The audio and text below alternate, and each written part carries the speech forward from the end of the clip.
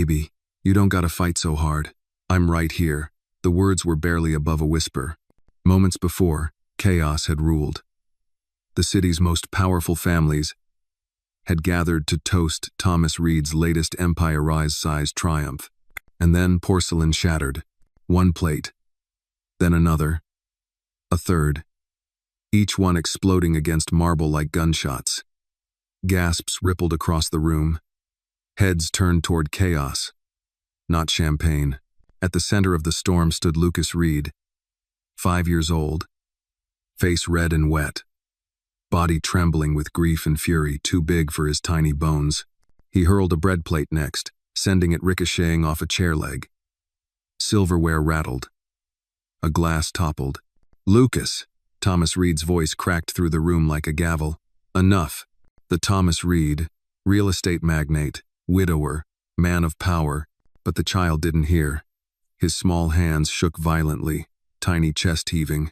He looked less like a misbehaving boy, and more like someone drowning where everyone could see but no one understood.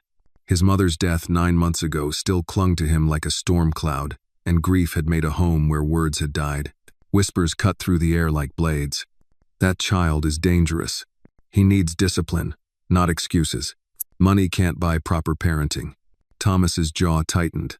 The man who commanded skyscrapers and boardrooms now stood helpless before 100 judging eyes. The maitre d' froze.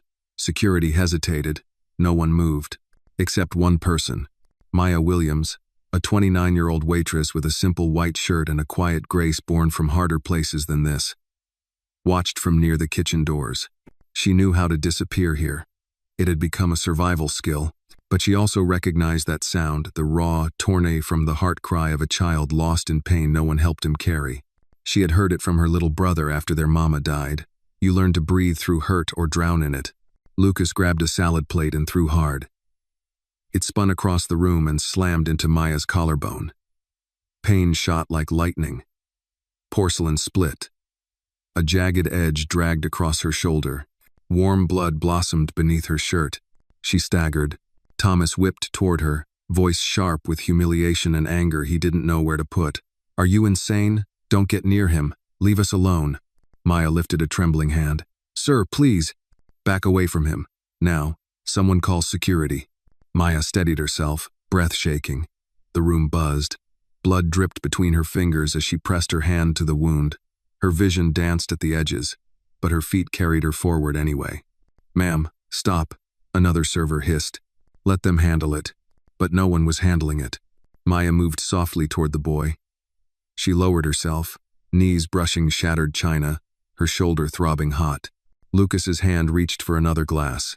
"Baby," Maya whispered, voice tender and tired like someone who had seen too much to judge anymore. "You don't gotta fight so hard. I'm right here." Lucas froze mid-sob.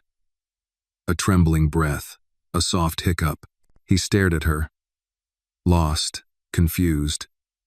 Clinging to the single gentle voice in a world of yelling, she extended her hand, not forcing, not pleading, offering. "Come on, sweetheart," she murmured. "You're safe." Then the restaurant went death still. A hush fell heavy as velvet. Thomas's jaw slackened. Guests watched in baffled awe. Maya held Lucas's hand like it was a lifeline, and for him, it was. Maya exhaled shakily. Lucas leaned into her chest like a child exhausted from holding up his own sky. Thomas's face went slack. Disbelief warred with relief and pride's last gasp. He had spent fortunes on therapists, specialists, tutors, yet peace arrived in the hands of a bleeding waitress. But fate had one more blow to swing. A server cart overloaded with stacked plates and glassware tilted near the dessert station. A busboy, shaken by the chaos, bumped it by accident. The metal frame wobbled, then tipped. Trays, glasses, ceramic bowls began to rain downward. Maya turned instinctively. In a single breath, she wrapped her arms around Lucas and pivoted, shielding him with her body as the cart crashed down.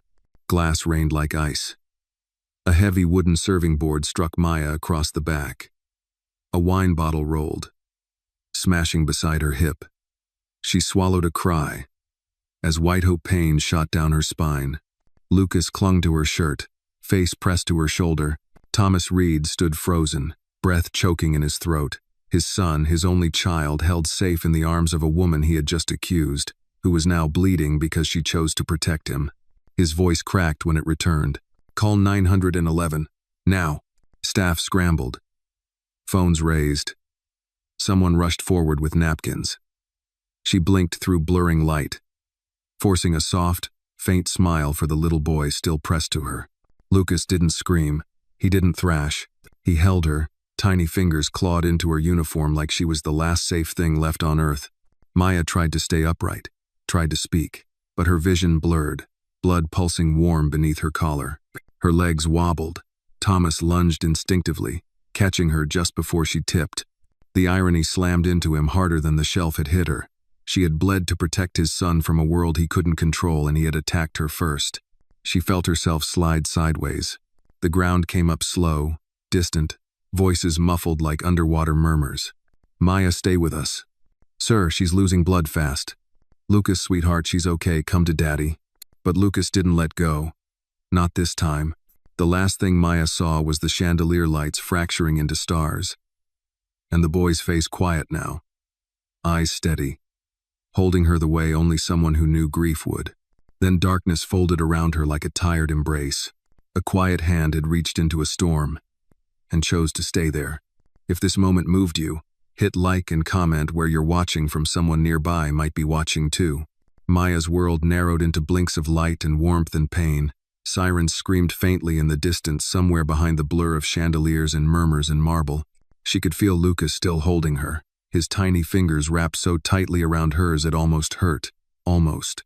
But pain was a small price to pay when the child who'd been spiraling just moments ago was now breathing evenly against her. She fought to stay conscious. "Don't fall asleep," someone said again. "Thomas," she thought, his voice low and unsteady. She didn't answer. Couldn't. The pain had spread across her back, and her shoulder burned from the jagged edge of the plate. But the weight of Lucas's trust kept her grounded. A boy who'd been thrashing against the world now held onto her like a lifeline. He hadn't let go. Paramedics rushed in. The voices of uniformed men and women swirled around her. Blood pressure, laceration, possible concussion. She caught glimpses of sterile gloves and flashlights in her eyes. Someone tried to separate her from Lucas. "No," the boy whispered, suddenly tightening his grip on her sleeve. "Don't." A medic crouched beside him. "It's okay, buddy. We just need to help her. She's gonna be all right."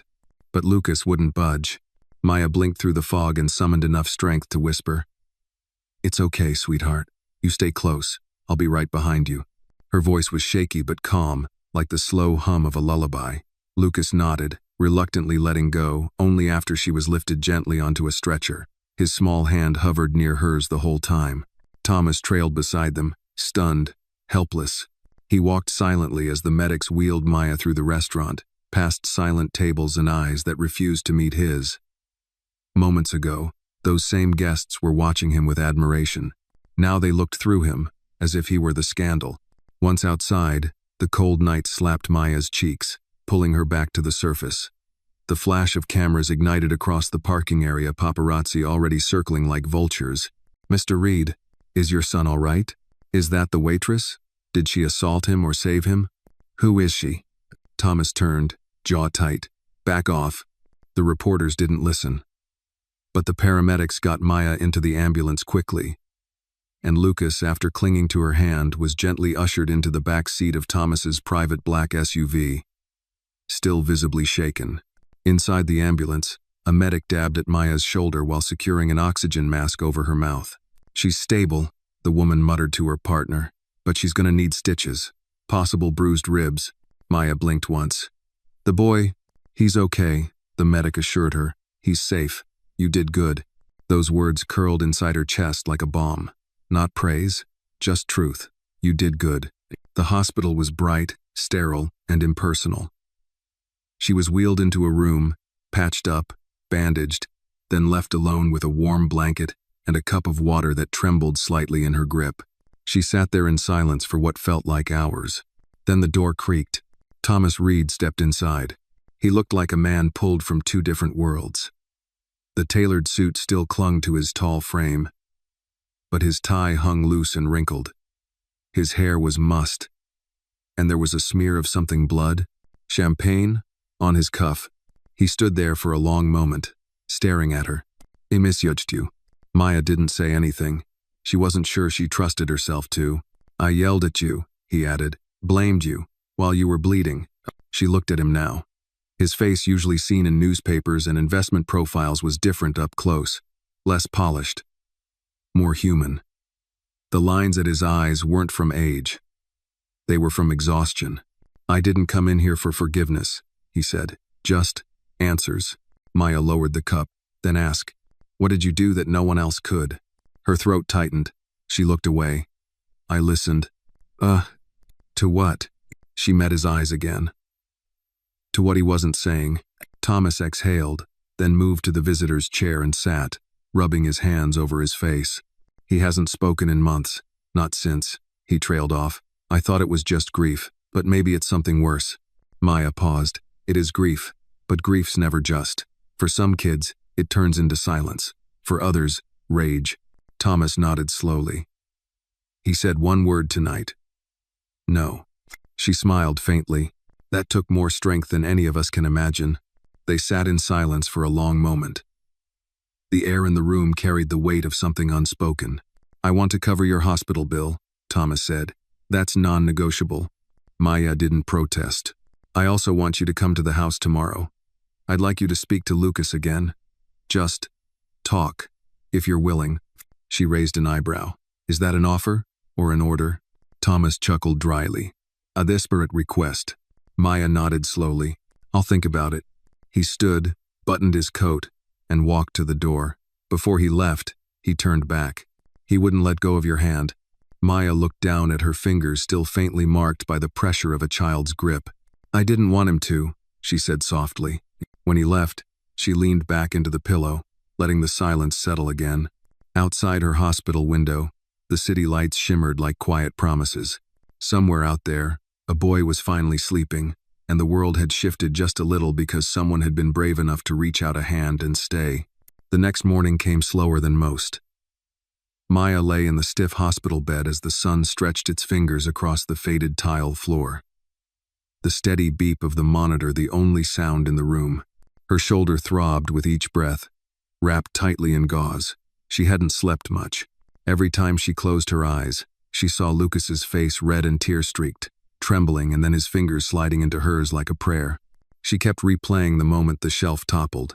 Not the pain, not the crash, but the instinct, the decision to protect him. How natural it had been. She hadn't even hesitated. A nurse entered around 7, cheerful and brisk, checking vitals and noting that Maya would be discharged by noon. You're a lucky one, she said, smiling as she adjusted the 4. Could have been worse. Guess I've been worse before, Maya murmured, half to herself. The nurse paused, giving her a look that balanced curiosity and kindness. That boy. The little one you saved. He yours? Maya hesitated. No, but maybe for one night, he was. When the nurse left, Maya sat up slowly, wincing as the movement tugged at her stitches.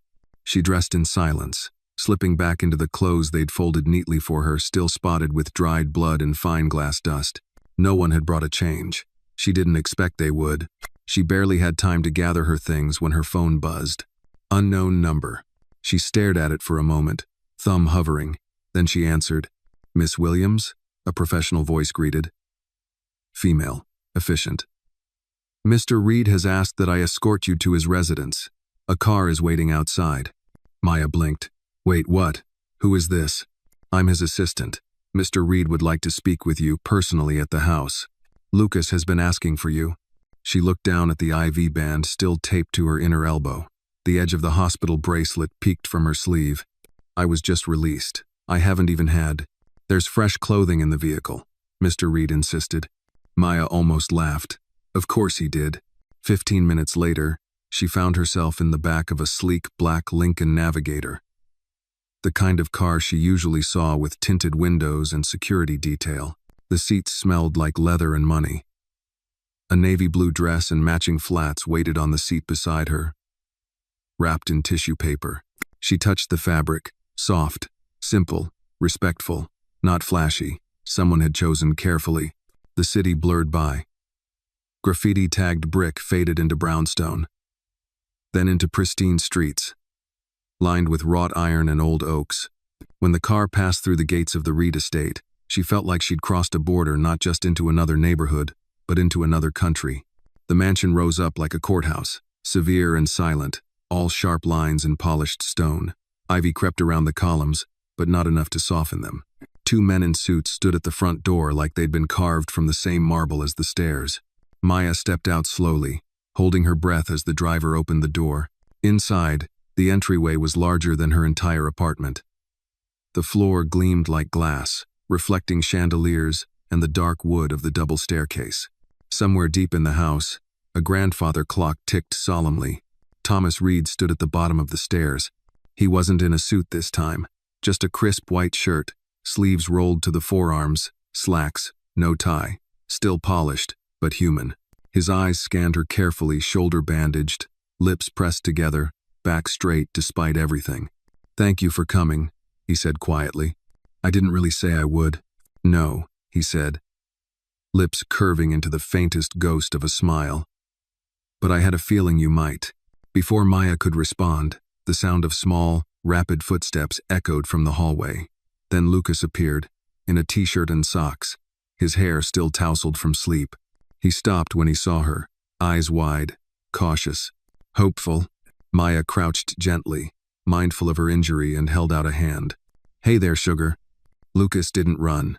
He walked slow and unsure until he was close enough to touch her fingers. He looked up at her, lip quivering. "You came," he whispered. She smiled, warm and steady. "I told you I'd be right behind you, didn't I?" He nodded and slipped his hand into hers again. Thomas watched the entire exchange in silence, arms folded, face unreadable. "Lucas," he said gently, "why don't you go to the den? Maya and I need to talk for just a minute." Lucas hesitated, still holding on to her hand. Maya bent closer. "I'll be right there, okay? Just a little grown-up talk." The boy finally nodded and disappeared down the hall, glancing back once before turning the corner. Thomas gestured toward the sitting room, a sunlit space with cream-colored armchairs and tall windows. Maya sat cautiously. "So, what exactly is this?" Thomas took a moment, crossing to the mantel, resting a hand on it like it anchored him.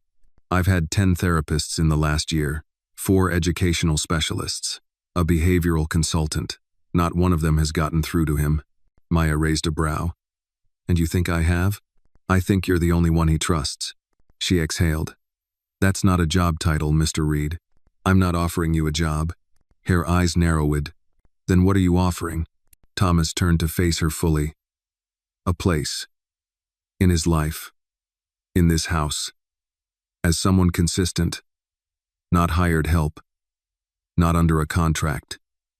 You want me to just show up?" "I want you to stay," he said simply. Maya went quiet. She looked at the door Lucas had gone through. She could already feel the strings tightening in her chest. "I don't belong in houses like this." "Apparently," Thomas said, "you belong more than I do." That caught her off guard. "I'll pay you whatever you need," he added. She shook her head. "It's not about the money." He nodded. "Good. Then it's about Lucas." She stood, slow and deliberate. "I'll stay. Today. But that's all I'm promising." Thomas didn't push, just nodded. "Fair enough." As she walked toward the hallway, her steps echoed off polished floors that still felt like foreign soil, but the sound of Lucas's quiet hum from the other room grounded her. He was waiting, and for now, that was reason enough. Maya followed the sound of Lucas's voice down the hall, her flats barely making a sound on the gleaming wood floors. The house was so quiet, it felt like it was waiting to exhale.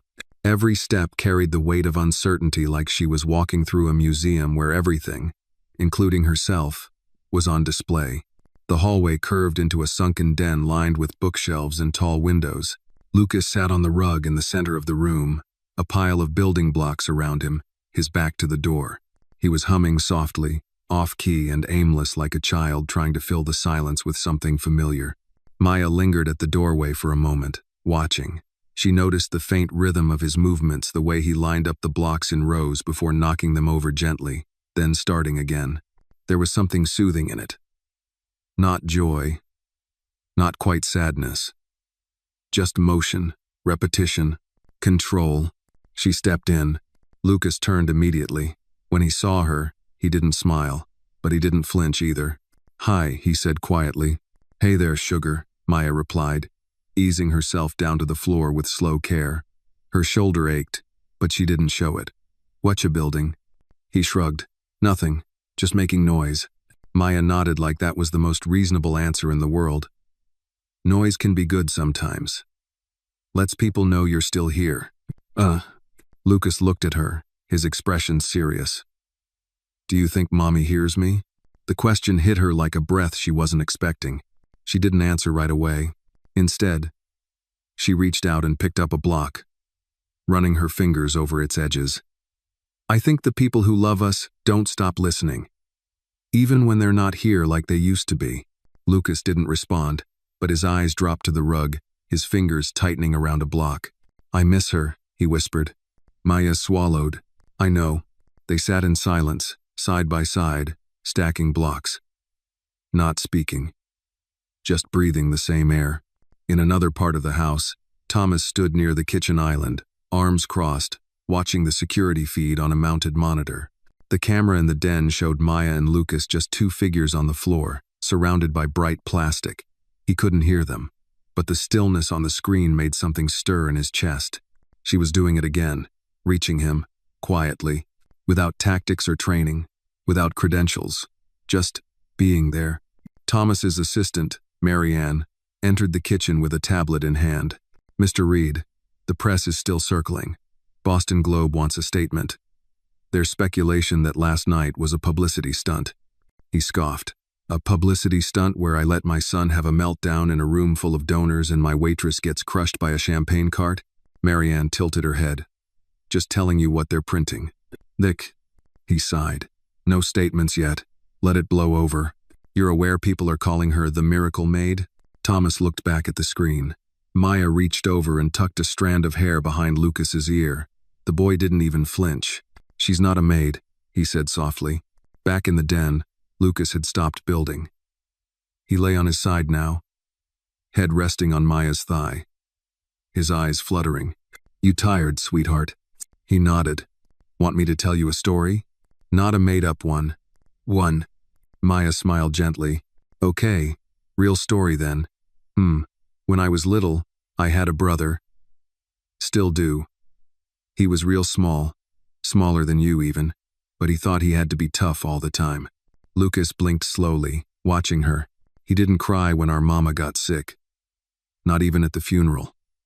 But I saw him at night, curled up in his bed, fists clenched, breathing like he couldn't find air. I didn't know what to say, so I just sat beside him. That's it, just Saturday." Lucas didn't speak, but his hand reached for hers. "Sometimes," Maya added, "what people need isn't a fix, just a witness." Outside, Thomas had stepped away from the kitchen. He walked slowly down the hall, drawn by something he couldn't explain. When he reached the doorway to the den, he stopped short. Lucas was fast asleep in Maya's lap. Her good arm rested lightly across his back. Her eyes were closed too, head tilted against the couch, her body still tense, despite the calm in the room. Thomas stood there for a long moment, watching. Then he backed away without a word. Later that afternoon, after Lucas had been put to bed and the house returned to its usual hush, Maya found herself in the front parlor with a cup of warm tea, sitting in the same seat as earlier. The butler, Mr. Gaines, a man in his 60s with a soft voice and military posture, had brought it to her himself. "Chamomile," he said. "Hope that's all right, Miss Williams." "Perfect," she replied. "Thank you." He gave her a faint smile. "My grandson saw you on the news this morning. Said, 'Grandpa, that lady's a hero.'" Maya chuckled softly. "I don't feel like one. Most heroes don't." After he left, Thomas entered again, holding a folder. He sat opposite her, looking unusually uncomfortable. "I had a contract drawn up," he said, laying it on the coffee table. "For a position, caregiver, guide, whatever word makes sense to you." Maya eyed it without touching it. "That's fast." He nodded. "I don't do slow. Maybe that's part of the problem." His jaw flexed, but he didn't argue. "I'm not looking for paperwork," she continued. "I didn't come here for a job." "Then why did you come?" Maya leaned forward, fingers cradling the cup. "Because a little boy asked me not to leave." "No." Thomas stared at her, the edges of his composure fraying. "He needs consistency." "I know," she said, "but so do I." She rose, setting the cup down carefully. "I'll come by again tomorrow, but not because of that paper, because he asked." And with that, she turned and walked out the front door of the mansion, stepping once more across the cold marble floors of power, this time with her head held high. The next morning was gray. Not stormy, not bright, just the kind of muted light that makes the world feel suspended in waiting. Maya stood in front of the mirror in her tiny apartment's bathroom, wrapping a fresh bandage over her shoulder. The sting had faded to a steady ache, manageable, but the bruising had deepened into a dark plum shadow down her back. She winced as she fastened her bra strap. "Shouldn't be going back already," she muttered, half to herself, half to the reflection of her mother's picture taped to the corner of the mirror. But then she thought of Lucas, the way he reached for her, the way he whispered, "You came." That alone was reason enough. In the living room, her younger brother, Davon, sat hunched over the table, headphones on, sketching something furiously in his notebook. The smell of reheated instant oatmeal lingered in the air. "You headed back to that fancy mansion?" he asked without looking up. "I am," she said. He glanced at her bandaged shoulder, then at her dress, a simple pale blue wrap dress she found at the second-hand store. "They paying you yet?" Maya paused. "It's complicated," Davon snorted.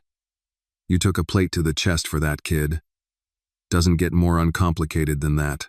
She grabbed her keys. "I'll be back before dinner." Davon looked up, frowning. "Maya, just be careful. Don't let them rich folks turn you into something you're not." "I won't," she said, but her voice was softer than she intended. The black SUV was waiting again, this time parked respectfully at the curb, instead of double-parked like the night of the incident. The driver greeted her by name, holding the door with a nod. No small talk, no music, just silence and streets that gradually became cleaner, quieter, more expensive. When they pulled into the circular driveway of the Reed estate, Maya noticed fresh hydrangeas planted along the walkway, new blooms, white, deliberate. The front door opened before she knocked. It was Thomas. "Maya," he said, like her name was something uncertain in his mouth. "Mr. Reed," she replied evenly. They stood in the grand entry for a beat too long. The tension was thick, not quite hostile, but heavy with unspoken rules neither of them had agreed to. "I appreciate you coming back." "I came for Lucas." He gave a slight nod. "He's in the solarium with his nanny. But before you see him, I'd like to talk." Maya followed him through a hallway that smelled faintly of leather and old wood. They entered a private study, a masculine room of navy walls, gold trim, and a globe bar cart untouched in the corner. Thomas motioned to a chair. She sat stiffly, back straight, hands folded. He opened a folder on the desk. "I've had time to think. I realize now I approached this wrong." Maya raised an eyebrow. "You think?" Thomas met her gaze. "You don't pull a child back from the edge like that and call it luck." "I didn't do anything magical," she said quietly. "I saw a little boy who needed someone not to run from him." "That's exactly what no one else has done," he said. "They either feared him, dismissed him, or tried to fix him. You didn't." He slid a new document toward her. "So, here's what I'm proposing. A position not under contract, but with full autonomy. You set your own hours. Come and go. Be with Lucas when it works for him and for you." Maya eyed the folder but didn't touch it. "I won't call you a nanny," he added. "That's not what you are. You're something else." She looked at him, unsure how to receive that. "This also comes with full health benefits, access to transportation, and a salary equivalent to what I pay Lucas's therapist." Maya exhaled through her nose. "You think this is about the money?" "No," Thomas said, "but I think not offering it would insult what you've already done." She stared at the document. Not the number, not the perks. The word that stood out most was her own name typed neatly at the top. "Lucas trusts me now," she said, "but that can change. Kids don't hold trust unless you protect it." "I know, and I'm not here to make you look good." His jaw tightened slightly, but he nodded again. I don't work under people, she continued. I work with them. And I won't let this house turn me into a stranger to myself. You have my word, Thomas said. She gave him a long look. Words are cheap where I come from. I know, he repeated, but I meant it when I said you belong here more than I do. That gave her pause. Finally, she reached forward and closed the folder, not signing it, not rejecting it. I'll show up tomorrow, she said. Not because of that paper, because he's expecting me. Thomas stood. That's more than I could have asked for. As Maya left the study, she passed by a small alcove where a faded photograph rested behind glass. A woman elegant, smiling, unmistakably Lucas's mother. The soft curve of her mouth, the same as his when he slept. She stopped, studied it for a moment, then kept walking. In the solarium, Lucas was sitting on the floor, knees pulled to his chest, staring out at the rose garden through a wall of windows. When he saw her, he lit up, not loud or dramatic, just a quiet, flickering warmth across his face. You came back, he said. Maya smiled and knelt beside him. Told you. I keep my word. He leaned against her arm right where the bandage was, and she didn't even flinch. They sat in silence for a while, just watching the petals fall. And somewhere in the house, Thomas stood at a distance, watching them through the glass, wondering when the last time was he had seen his son this still. Lucas had always hated nap time. His mother used to rock him gently in an old pinewood chair, humming that same off-key lullaby while the world outside his nursery faded. But after she died, there were no lullabies, just clinical silence and hired help who tried too hard. Quiet became uncomfortable. Sleep, a war zone. But now, curled beside Maya on a velvet chaise in the solarium, he slept soundly, one hand still clutching the hem of her sleeve, as if to make sure she didn't vanish while his eyes were closed. Maya didn't move. She could feel the soft rise and fall of his breathing against her side, the steady weight of a child finally safe enough to rest. The ache in her shoulder was a dull hum now, manageable. What tugged harder was the weight of being needed.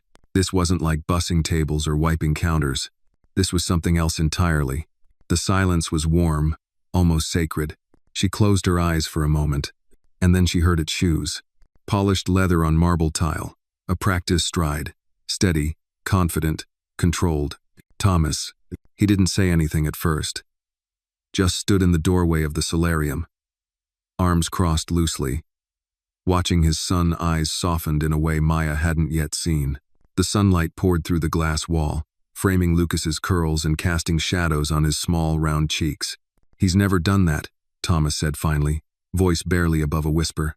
Sleep, Maya murmured. Sleep near anyone, he clarified. Not since the funeral. Maya looked up at him, her voice calm. Grief turned skin into armor. Thomas nodded, stepping further into the room. You make it look easy. It's not, she said, but it's honest. Kids feel that. Bye. He sat down slowly on the far edge of the window seat, across from them, careful not to disturb the stillness. My staff says he only lets you feed him when you're around. Yesterday, the chef said Lucas refused breakfast and wouldn't speak to anyone until he saw you on the camera. Maya blinked. You have cameras in the kitchen? Everywhere, Thomas said flatly. Security, staff monitoring, you name it. She didn't answer right away, but the way her eyes narrowed said enough. I know how it sounds, he added. This place doesn't know how to be a home. It's just efficient. That's not the same thing, Maya replied. A home listens. This place echoes. Thomas tilted his head, something resembling a grim smile tugging at the edge of his mouth. You always speak like that? Like what? Like a quiet warning. She shrugged, gently adjusting Lucas's head as he stirred slightly. It's how people listen when they won't let you raise your voice. No, he didn't respond, just stared at the boy sleeping in her lap. I used to think time would fix it, he said. I gave Lucas space. Therapists, toys, routine, but nothing worked. Time doesn't fix what people won't face, Maya replied. There was a pause between them, filled only with the soft rustling of wind brushing against the glass windows. Outside, garden staff were tending to hedges. Faces turned politely away. You've been through it too, haven't you? Thomas asked, eyes never leaving hers. Maya's throat tightened. She nodded once. I lost my mama when I was 12. She worked cleaning offices at night. Got sick. Too proud to stop working. Too poor to get help in time. Thomas leaned forward, elbows on his knees. And your father? Gone before I could remember him. That's a lot to carry. Maya looked down at Lucas. It's only heavy when no one helps you hold it. Thomas fell silent again, his gaze sharpening with thought. Lucas used to cling to his mother. He wouldn't sleep without her arm around him. After she passed, he started hitting himself, throwing things. The shrinks called it sensory grief displacement. I just called it pain. Maya nodded slowly. He doesn't need definitions. He needs presence. Thomas looked up. And you just knew that? No, Maya said, voice steady. I remembered it. The stillness between them was no longer awkward. It had shifted, become shared. Why did you come back? Thomas asked suddenly. After everything. After I yelled at you. After you were hurt. Maya didn't flinch, because that little boy was screaming for help, and no one else could hear him but me. He didn't argue. I'm not here for a paycheck, Mr. Reed, she added. I'm here because Lucas deserves someone who doesn't see him as broken. Thomas leaned back, his expression unreadable, but something behind his eyes moved just slightly. I've built skyscrapers, he said, closed deals worth billions, but I've never felt as powerless as I did watching my son scream in that restaurant. Maya's voice was gentle.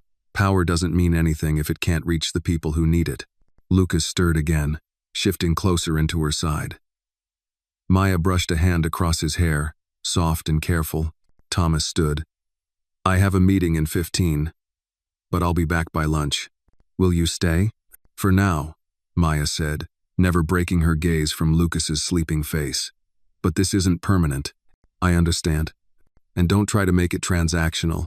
He hesitated. What if I want to make it real? Maya looked up, eyes steady. Then show up, not with money, with effort. Thomas nodded and left the room. Later that day, as the sun climbed higher over the estate, Maya sat with Lucas in the shade of the garden pergola. They watched a squirrel dart along the top of the fence, tail twitching. Lucas laughed soft and breathy, like the sound had forgotten how to come out and was learning again. She turned toward him. Feels better to laugh, huh? Lucas nodded. I don't feel like I'm stuck in a loud room anymore. Maya smiled, her heart clenching. I think your storm's learning how to rest, she whispered. And in that garden, beneath the filtered light, surrounded by roses and quiet wealth, something began to take root.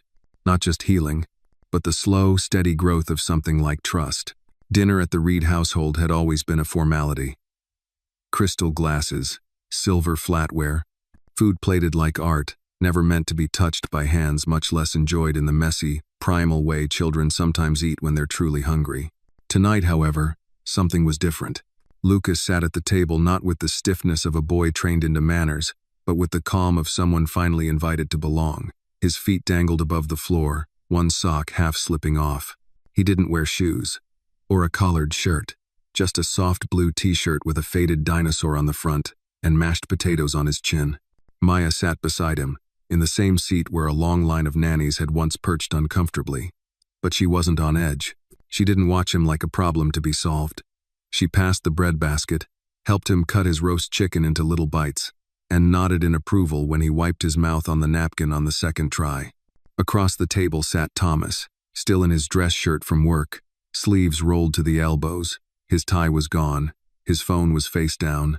For once, his posture was less Wall Street, more man in his own home. The dining room was quiet, but not tense.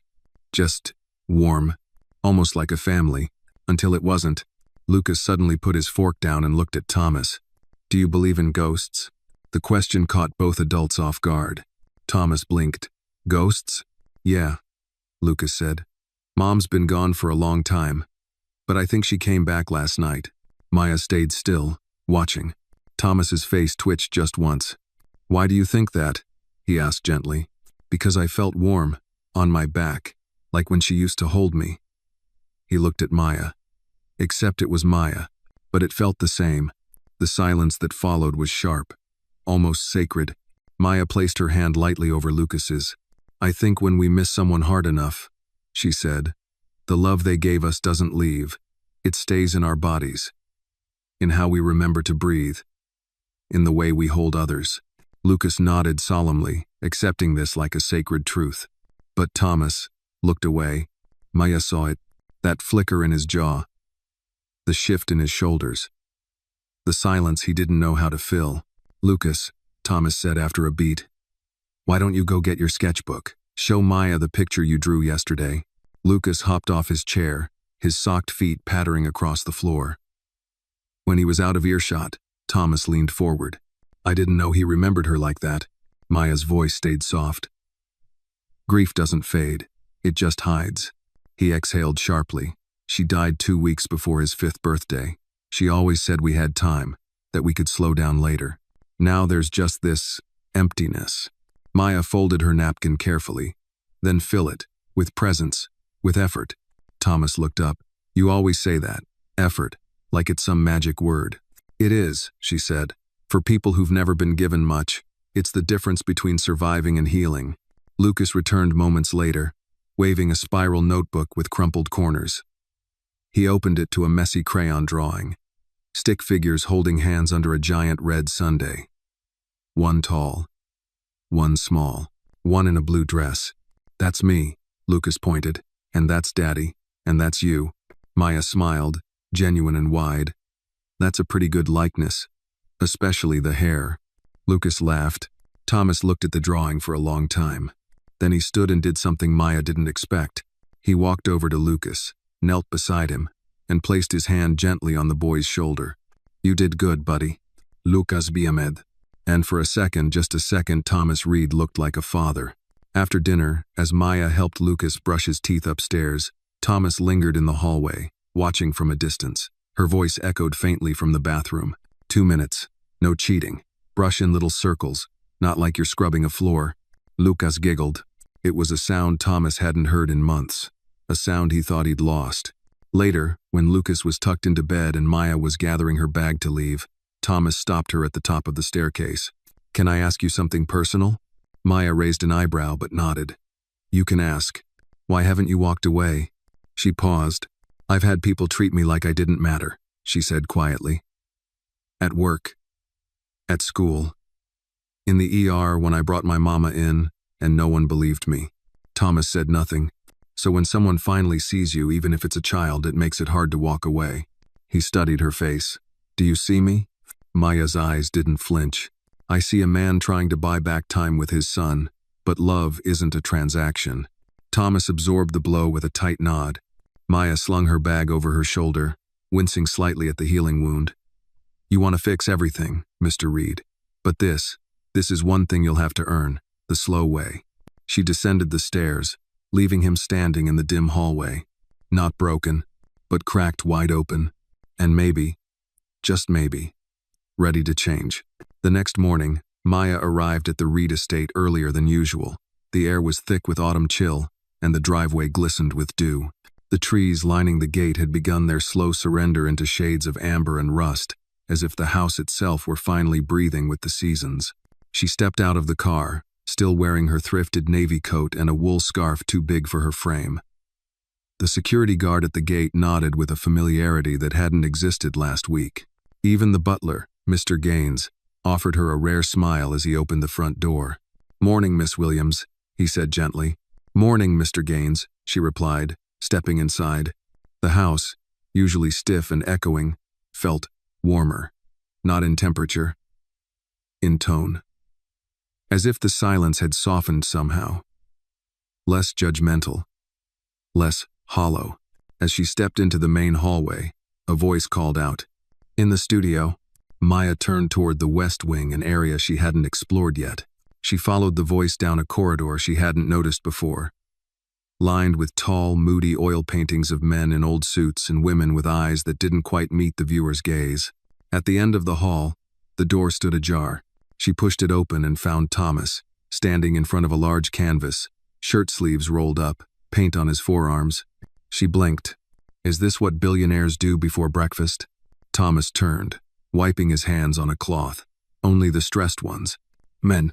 Maya stepped inside cautiously. The studio was a bright, high-ceilinged room filled with light from tall, arched windows. Several canvases leaned against the walls, some finished, some abandoned halfway through. The air smelled of linseed oil and turpentine. "I didn't know you painted," she said. Thomas smirked. "It's one of the few things I never monetized." She glanced at the painting he'd been working on. It wasn't polished. It was raw, stormy strokes of charcoal gray and muted blues, the image of a tree standing against heavy wind. "You painted this from memory?" she asked. "No," he said, "from feeling." She looked at him, then really looked. Beneath the suits and stock prices and press statements, there was a man trying to climb out of the version of himself the world had applauded. "You seem different today," she said. Thomas stepped toward the window. "You ever realize something about yourself too late?" Maya didn't reply. He continued. "When I was younger, I thought success meant isolation. I climbed the ladder, made enemies, cut ties. I told myself I was building a legacy.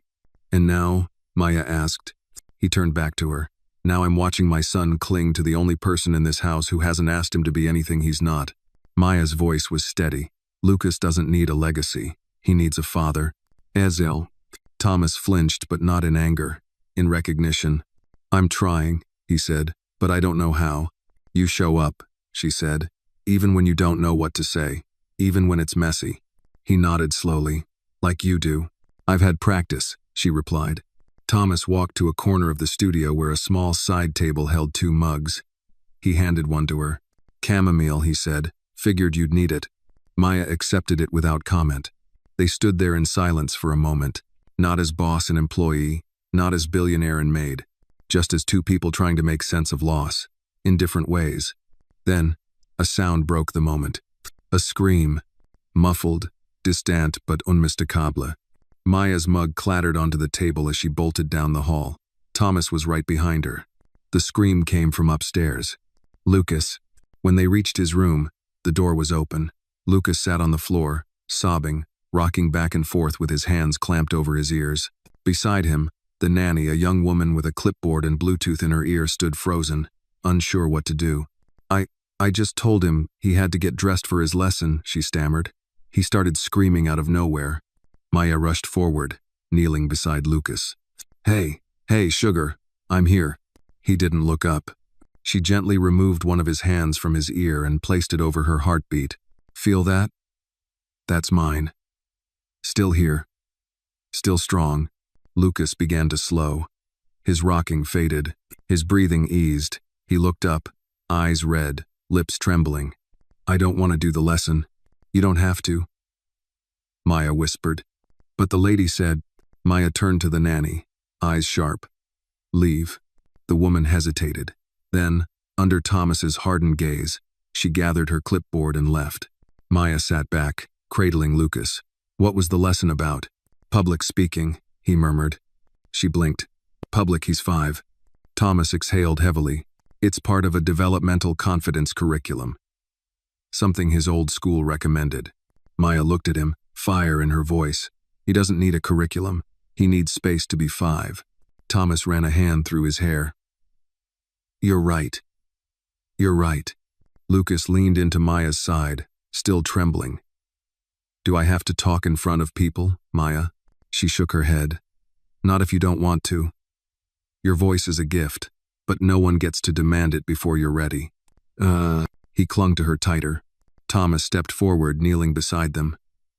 "Lucas, I'm sorry. I thought those lessons would help you." Lucas didn't speak, but he didn't move away, either. That night, after Maya left, Thomas walked back into the studio. He stared at the unfinished painting, the one of the tree in the storm. He picked up the brush, and this time, he added light. It was raining the next morning, not a downpour, but the kind of soft drizzle that blurred the world behind a curtain of silver mist. The windows of the Reed estate steamed gently, and the garden looked like a watercolor left too long in the Sunday. Maya arrived without her usual composure. The door opened before she could knock. Mr. Gaines already waiting with a towel in hand. "Rain caught you, Miss Williams?" Maya took the towel with a thankful nod. "Didn't bring the umbrella. Rookie mistake." As she stepped inside, she noticed something peculiar: silence. Not the heavy, unnatural silence that used to hang in this house, but a different kind.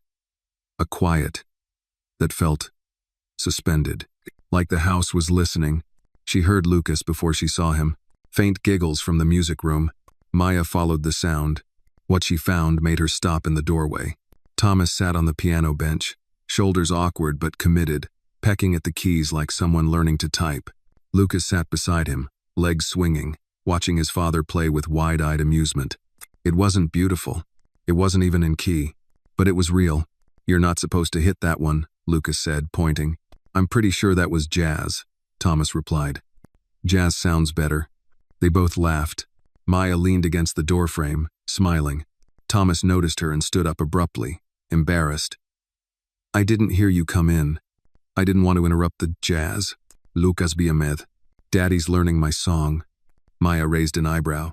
"Your song?" "The one Mommy used to hum." Maya stepped inside slowly. "Can you play it for me?" Lucas looked at the keys, then at Maya, then slowly shook his head. "Not ready." She knelt down, level with his eyes. "That's okay. I'll wait." Lucas leaned in and hugged her, brief but fierce. When he pulled away, he whispered, "You smell like oatmeal again." She laughed. "Good. That means I'm still me." Thomas watched the exchange quietly, something softening in his gaze. "He asked for you the moment he woke up." Maya turned to him. "That mean you're firing the new therapist?" "She quit," Thomas replied. "After yesterday. Said she wasn't equipped for this level of attachment." Translation: "She didn't like being challenged by a 5-year-old. Maya muttered. Thomas chuckled. "Something like that." Maya stood, brushing invisible dust from her coat. "So what now?" Thomas folded his arms. "I was hoping you'd tell me." Maya glanced at Lucas, now absorbed in trying to recreate the C major scale. "Now, we stop acting like this is temporary." Thomas nodded slowly. "Agreed." They moved into the living room, where Maya helped Lucas build a fort out of couch cushions and throw blankets. Thomas watched from a chair nearby, phone ignored, laptop closed. Maya noticed. "You know, most CEOs would have flown to Tokyo by now. I canceled the trip." "Why?" Thomas shrugged. "You said show up." Maya didn't reply, but her lips tugged upward, just a little. Later that afternoon, while Lucas napped under a blanket fort lit with fairy lights, Maya sat alone in the kitchen. The cook, a wiry older woman named Martha, placed a cup of hot cider in front of her. "You've done something good here," Martha said. Maya glanced up. "Just showing up. That's more than most," the woman replied. "I've worked here 6 years. Never seen that boy smile like that." Maya stirred the cider, her spoon tapping softly against the mug. "He's trying. Every minute." Martha leaned in, lowering her voice. "And him the father. You're changing him too." Maya raised an eyebrow. "I doubt that." "Oh, honey, rich men don't cancel Tokyo for just anyone." Just then, footsteps approached. Thomas entered, holding a small wooden box. "Maya," he said, "got a minute?" She followed him into the study. He placed the box on the table and opened it slowly. Inside were letters, dozens of them, handwritten, some folded, others still in envelopes. "They're hers," he said. "Julia's. My wife's." Maya looked down, heart tightening. "You kept them all?" "Everyone." He picked one up and handed it to her. It was dated 2 weeks before Julia died. "Tom, if anything ever happens to me, promise me you won't shut down. Promise me you won't build a fortress around our boy. He needs softness, not just safety. He needs someone who listens, not someone who wins." Maya read the letter twice. "She knew," Maya said softly. "She always knew," Thomas whispered. He looked up at her, eyes glassy. "I'm trying to do this right, but I need help." Maya closed the box. "Then let's do it slow. No contracts, no labels. Just effort." Thomas nodded, emotion threatening to spill over. Maya stood. "Now go sit with your son. He's gonna wake up soon and want to finish that song." As Thomas left the room, Maya lingered. She looked around the study, the rich mahogany shelves, the polished furniture, and realized this room, like its owner, was beginning to change. Not fast, not all at once, but enough to matter. It was Lucas who broke the silence first, not with words but with music. The next morning, Maya was preparing a puzzle in the garden room when she heard the notes float through the hall. Not clumsy, like Thomas's hesitant playing. These were simpler, halting, but intentional. A child's version of a lullaby, played from memory more than skill. She stepped into the hallway, drawn like a thread being pulled. The melody came from the music room. Lucas sat at the grand piano, his back straight, eyes focused. His fingers tapped the keys gently, as if afraid the sound might shatter. Maya didn't interrupt. He reached the end of the tune, a few soft notes that tapered off like breath on glass. Then he turned, surprised to see her there. "I remembered," he said, his voice barely more than a whisper. Maya stepped closer. "You did. It came in my sleep. The song." She nodded. "Sometimes the heart keeps singing even when the mouth forgets." Lucas scooted over on the bench. "Want to try with me?" Maya hesitated, then sat beside him. She hadn't played piano since she was a teenager, years before her world became all survival and scraped together rent. But here, beside this fragile boy with eyes full of need and courage, she found herself pressing a key, then another, and soon they were playing together, not well, not in rhythm, but in something better: trust. Thomas stood quietly in the doorway, listening. He didn't speak, didn't step forward, just watched his son and the woman who'd somehow made his house feel less like a mausoleum and more like a home. That afternoon, Maya found herself in the library with Thomas. Lucas was with Martha in the kitchen, learning how to knead biscuit dough. Thomas paced as he spoke. "I've been thinking," he said, "about the letter, about what Julia wrote." Maya sat in the armchair, legs crossed, sipping mint tea. She was right. "I know. I didn't expect to be this far off track. Most men don't until something breaks," she said plainly. Thomas sighed. "When Julia died, I didn't know what to do with all the silence. I filled it with work, with meetings, with donations and conferences and press. Because grief without noise is terrifying," Maya said. He looked at her. "How do you do that? Just say things?" Maya tilted her head. "Because no one else will, especially not in houses like this."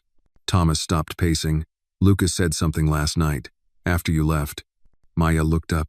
"He said you don't make him feel wrong." Thomas's voice cracked slightly on the last word. Maya exhaled through her nose. "That's a big feeling for a little body." Thomas sat across from her. "I'm afraid one day he'll grow up and hate me for the years I wasn't really here." Maya leaned forward. "Then give him reasons to remember the years you were." Outside, the rain had returned, soft and steady. It made the library feel like a shelter, like something set apart from time. After a long pause, Thomas asked, "Have you ever wanted kids?" Maya blinked. "That's a turn." He chuckled awkwardly. "I just mean, you're so natural with Lucas." "I've wanted a lot of things," Maya said slowly. "A degree. A stable job. A fridge that stays full." She looked down at her hands. "But kids? I don't know. Maybe someday. When the world feels safer. When I feel safer." Thomas nodded. "I get that." Maya smiled faintly. "Do you?" He met her gaze. "More than you think." There was a knock on the library door. Lucas stood there, flour on his nose. "I made biscuits," he said proudly. Maya beamed. "With extra love?" Lucas nodded. "And, honey?" Thomas stood. "Well then, I think this meeting is adjourned." They followed Lucas into the kitchen, where Martha had already plated the golden, steaming biscuits.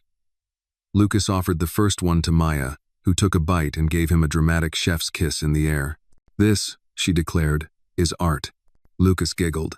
Thomas took one too, and bit into it, wincing slightly. "Needs salt," he teased. Lucas rolled his eyes. "You're not a chef." "Micah da."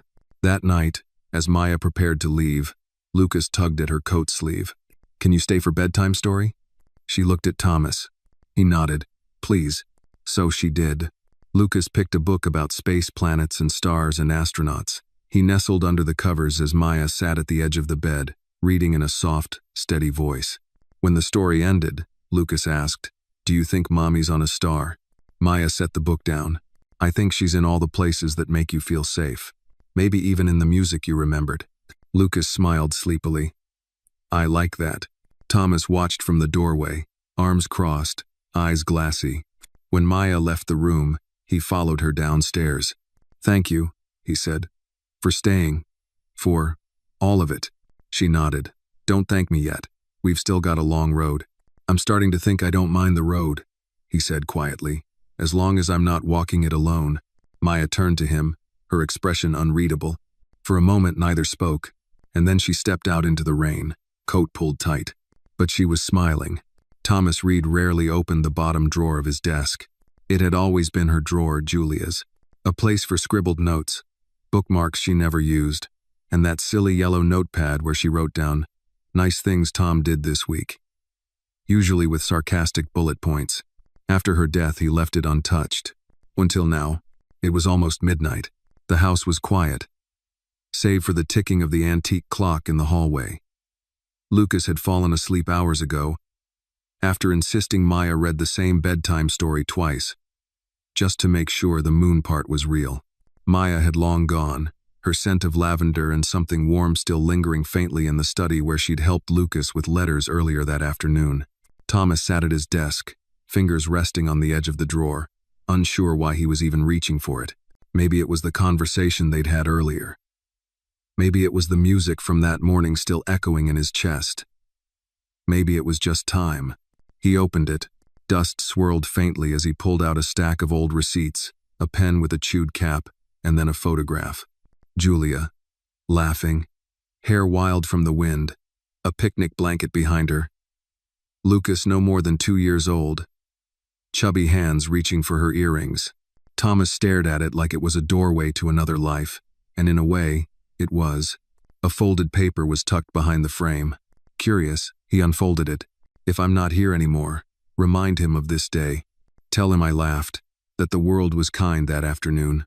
Tell him I loved him more than the sun and more than the moon." He swallowed hard.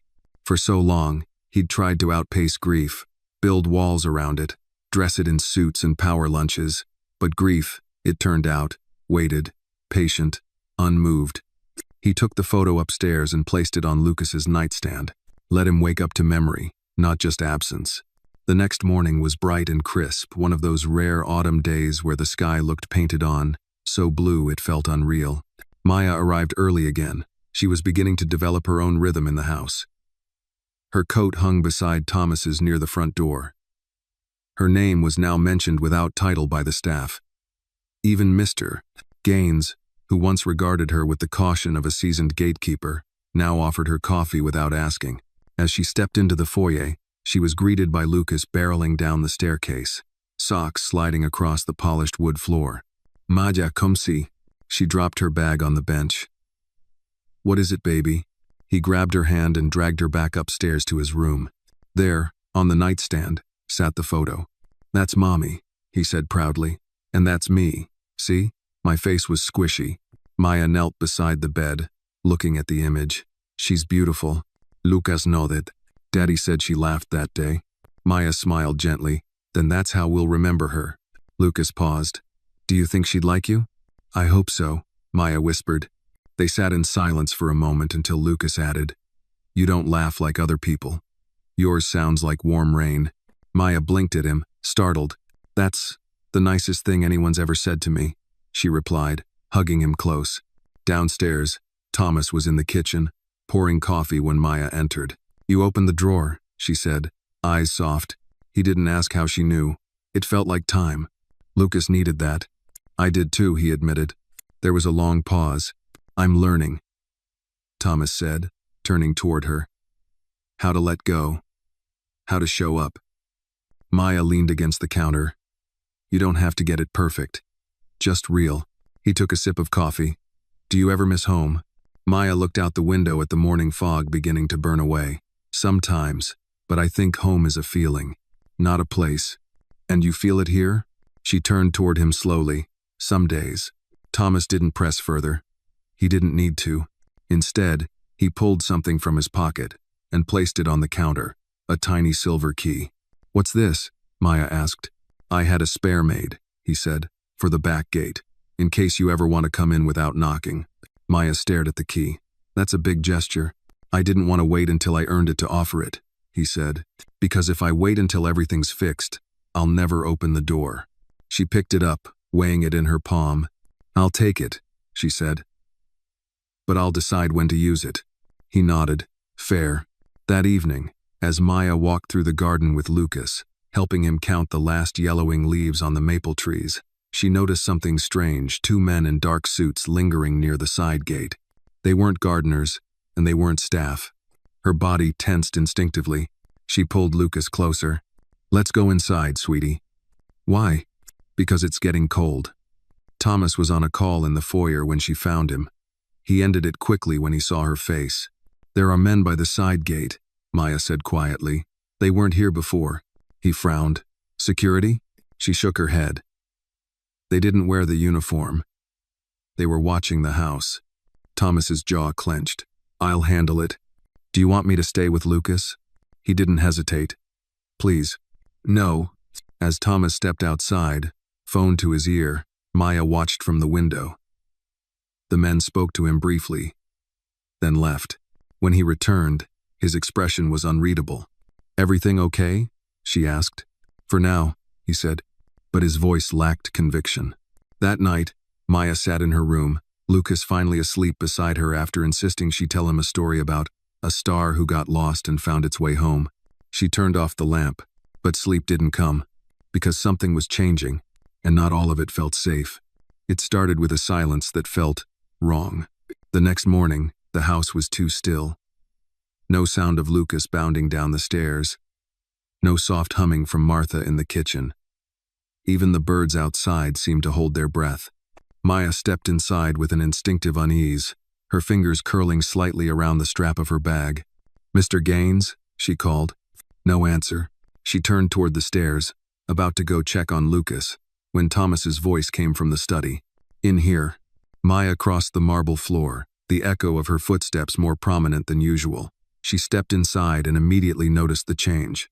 The study, once calm and moody, was now a mess of papers, folders, and two open briefcases on the desk. The air smelled of tension like metal and coffee left too long to burn. Thomas stood behind the desk, jaw locked, eyes shadowed. "What's going on?" Maya asked. He looked up, hesitating. "We've had a breach." "A what?" "Security. Someone hacked into my personal files. My assistant flagged it this morning. Whoever it was, they went straight for the private servers. Lucas's medical records. My late wife's correspondence. Even financial details." Maya felt her stomach drop. "Do you know who?" Thomas shook his head. "Not yet, but it was someone who knew where to look." She took a slow step forward. "What about Lucas?" "He's fine, sleeping, but I'm moving him out of here, temporarily." "Where?" "A family estate upstate. Secluded. Safer." Maya crossed her arms. "You're just going to disappear with him?" "It's not like that." "Then what is it like, Thomas?" she snapped, more heat in her voice than she intended. He sighed, running a hand through his hair. "I can't protect him here right now. You're making decisions out of fear. I'm making decisions to keep my son alive." "La." The words echoed sharply. Maya's voice softened. "And what do you want me to do?" He looked at her, then really looked. "Come with us." Maya blinked. "What?" "You're the only person he trusts right now. The only one who can calm him. If something happens." She shook her head. "Thomas, this isn't just about babysitting anymore. There are people watching the house. You're being targeted." He lowered his gaze. "I know, and I think I know why." She stepped closer. "Tell me." He hesitated. "My company. We've been in talks with a contractor connected to federal intelligence. Clean tech. But some of their funds, some of their methods, they don't add up. Julia warned me before she died." Maya's heart thudded. "You think her death was connected?" "I don't know. But I ignored her concerns. And now," he swallowed, "now someone is trying to scare me. Or bury something." Silence stretched between them. Maya finally spoke. "And you think taking Lucas and running will fix it?"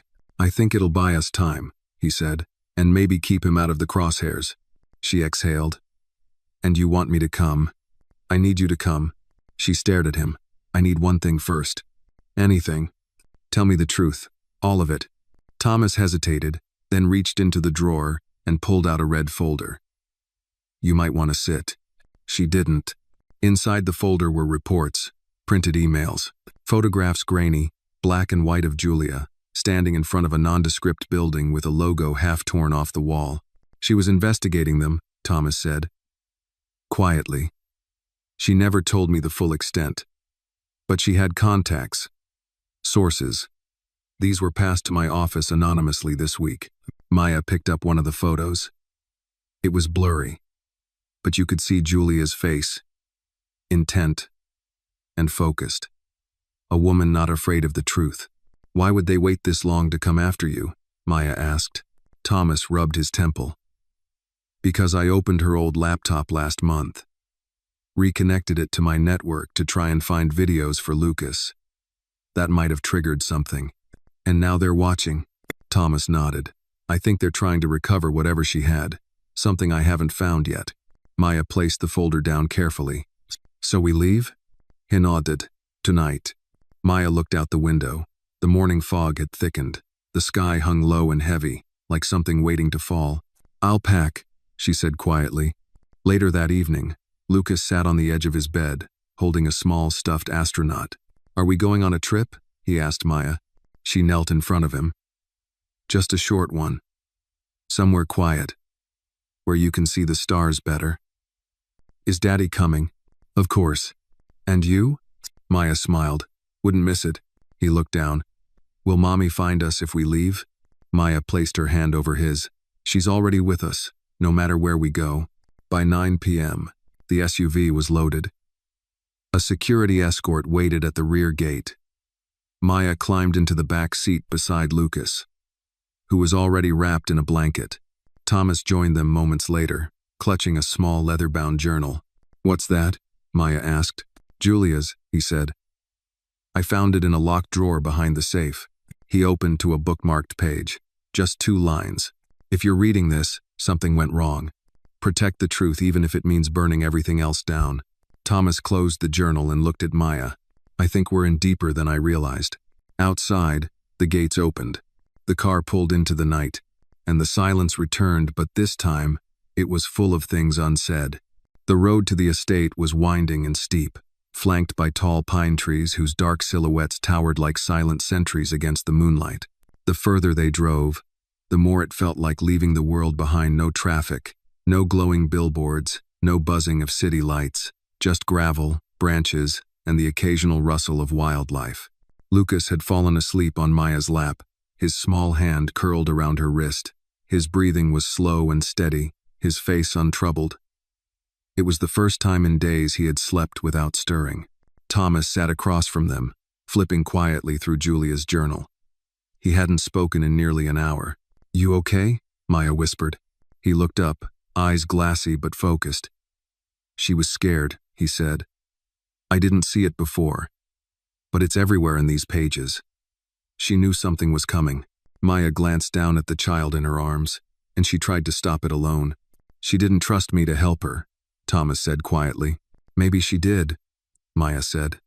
But maybe she was protecting you the only way she knew how. The SUV turned onto a narrow, private driveway that led through a stretch of dense forest. The pines seemed to close in, their tops brushing against the night sky like black ink strokes. Finally, the trees parted, revealing a large cabin-like estate tucked in the hills, wood-paneled, multi-level, rustic but fortified.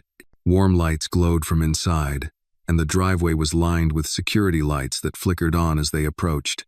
2 guards stepped forward, checked their ID, and waved them through. Maya gently roused Lucas. Hey, sleepy star, we're here. Lucas blinked awake, his head tilting as he looked out the window. It smells like trees, he murmured. Maya smiled. That's a good sign. Inside, the estate was quiet, cozy even. The interior was decorated with dark wood, leather furniture, thick rugs, and old books lining the shelves. A fire crackled in the stone hearth of the main room. Maya carried Lucas upstairs to the bedroom prepared for him. It was simple but warm navy bedsheets, a small bookshelf, and a window that faced the woods. She tucked him in and sat beside him. Are the stars closer here? He asked. They always feel closer when there's less noise, she replied. Lucas yawned. Can we still play the piano tomorrow? There's one downstairs, she said. We'll make music with pine trees listening. He giggled and rolled over. asleep again before she even left the room. Downstairs, Thomas was pouring whiskey into 2 tumblers. "You always drink alone?" she asked, stepping into the room. He handed her a glass. "Only on nights when the weight is louder than the silence." They clinked glasses and sat opposite each other by the fire. "Any new leads from the security team?" Maya asked. "Just confirmation that someone tried to track the SUV through satellite. We had countermeasures in place. They lost us somewhere near the ridge." Maya sipped her drink. "They're not going to stop, are they?" "No," Thomas said, "but I'm done waiting for them to come to us." He reached into his coat pocket and pulled out a flash drive. This was inside the journal, taped under the back cover. Maya leaned forward. "Have you opened it?" "Not yet. I wanted you here when I did." They went to the office tucked in the back of the cabin. It was small, filled with old books, maps, and a vintage safe. Thomas plugged the drive into the laptop on the desk. A folder appeared, Julia, for Tom. He clicked it open. There were 3 files, 1 video, 2 documents. He opened the video first. Julia's face filled the screen. She looked tired, deep circles under her eyes. Her hair pulled back messily. She was in what looked like a hotel room.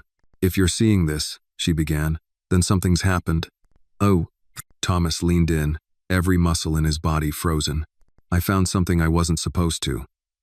The contractor you're working with, Redmond Solutions, is laundering government money through a shell fund. That money is being used to buy silence, threaten whistleblowers. And I think," she paused, voice shaking, "I think I'm next." Maya felt her breath catch.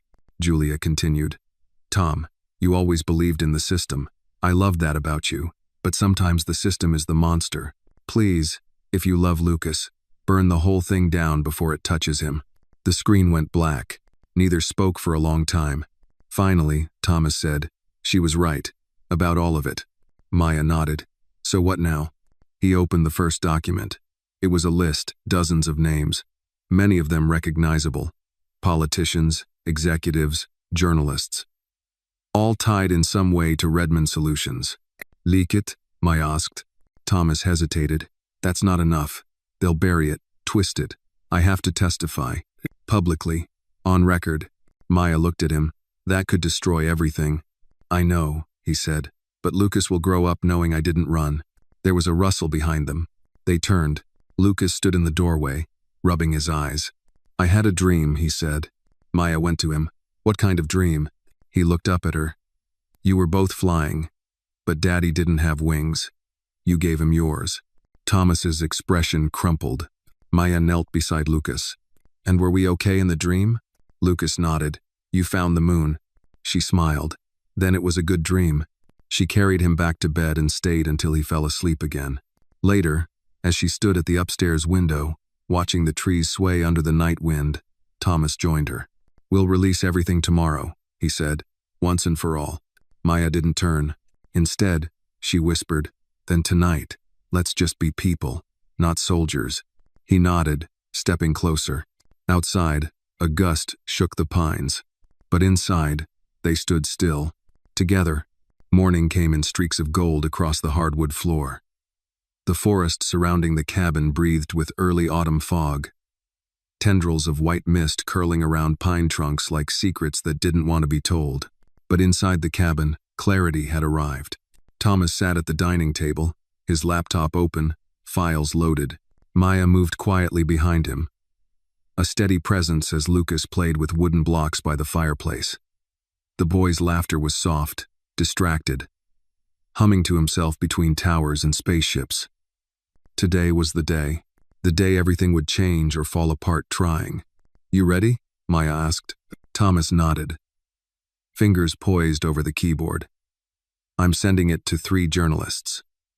Reputable ones. People. Julia. Once trusted. I've also copied legal counsel, a federal contact from my nonprofit work, and a whistleblower protection firm. If anything happens to me, it won't vanish." He clicked send. A long, sharp breath escaped his chest. "It's done." But even before the weight could fully settle, the phone rang. Thomas answered with a clipped, "Hello?" Maya watched the color drain from his face. "What do you mean he never showed?" He stood, eyes narrowing. "And you're just telling me now?" Maya stepped forward, alarm rising. He ended the call. "That was Mr. Gaines, my head of security. One of our escorts, Joel, never returned to base after the drop-off." "Missing?" Maya asked. "Unresponsive. No check-ins. Nothing." Maya's heart pounded. "You think he was followed?" "I think this was a coordinated breach," Thomas said. "Someone was keeping an eye on our movements, maybe still is." Maya instinctively moved toward Lucas, her voice gentle. "Sweetheart, how about we go into the reading room? You can build a spaceship there." Lucas looked up. "Will you come too?" "Always," she said, taking his hand. Once the boy was safely distracted, Maya returned to the hallway where Thomas stood near the window, scanning the tree line. "We can't stay here," she said. "It's not safe anymore." "I agree," Thomas said.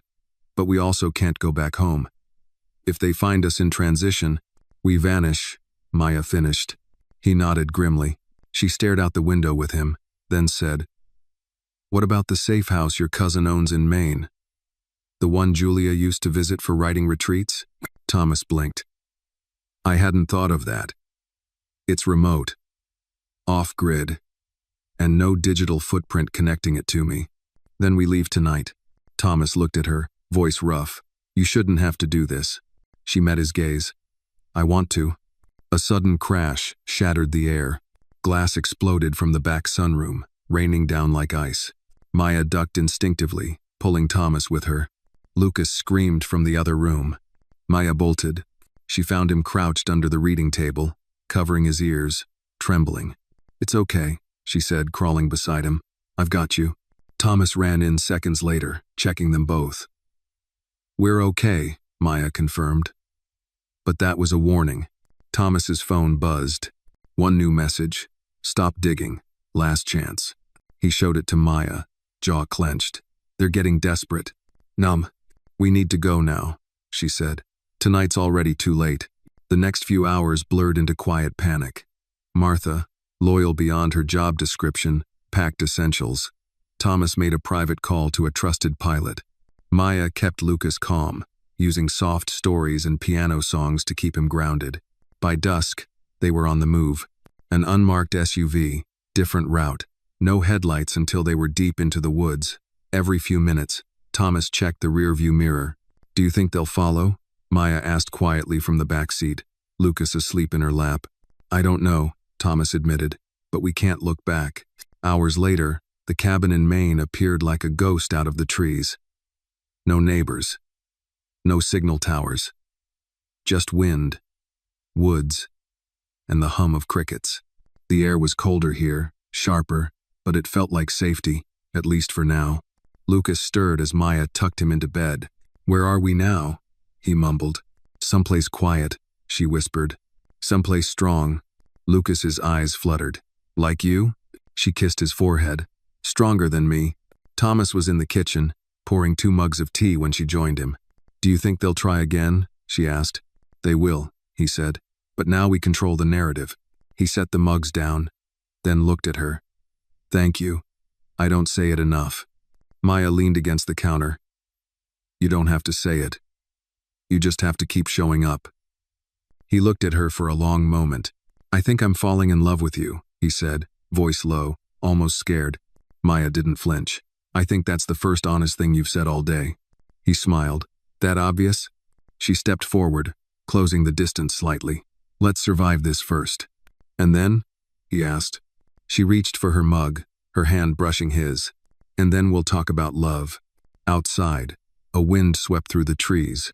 But inside, they stood still, together again. Snow began to fall the next morning. Light at first like sifted sugar on the pine branches, but by noon, it blanketed the cabin roof in white silence. Everything felt still, like the world was holding its breath. Inside, warmth pulsed from the fireplace, and the scent of cinnamon drifted from the kitchen where Martha, miraculously, had found a way to bake despite the limited supplies. Lucas, wearing a flannel shirt too big for him and socks that sagged at the ankles, sat cross-legged on the floor, drawing stars on the pages of Julia's old sketchbook. It had been left behind in the study. She had used it to draw constellations with Lucas when he was just a toddler. Now, years later, Her son traced the same stars with markers in a hand that trembled less each day. Maya sat nearby, sipping coffee from a chipped mug. Her body ached from the tension of the past few days, but her mind was alert, watching, listening, always scanning the quiet.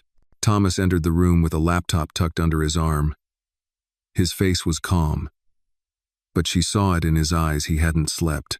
He sat beside her on the couch, opened the laptop, and angled it so she could see the screen. They responded, he said. The journalists. 2 of them verified the contents. One's ready to publish tomorrow. The story is going wide. Maya's eyes stayed on the screen. And the third? Unresponsive. Could mean anything. He paused. Or it could mean they've been compromised. Maya frowned. You're still planning to go on record? Yes. I'll film the statement myself. Send it to every outlet in my network.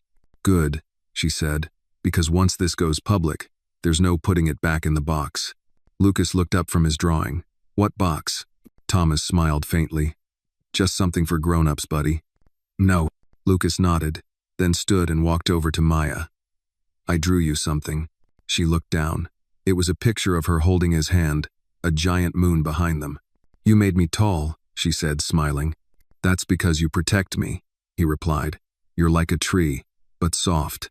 She blinked away the sting in her eyes. Thank you, baby. Thomas watched the exchange with a look he'd never worn before. Reverence, maybe. Or understanding. Or both. An hour later, he began filming. The video was simple, no lighting, no script. Just Thomas, seated at a wooden table in front of a stone wall, with the camera fixed and steady. He looked directly into the lens. My name is Thomas Reed. I am the CEO of Redwood Capital and a father. The story I'm about to share will cost me everything. My career, my freedom, maybe even my safety. But silence costs more, and I won't buy it. He spoke for 5 minutes, calm, controlled, but powerful.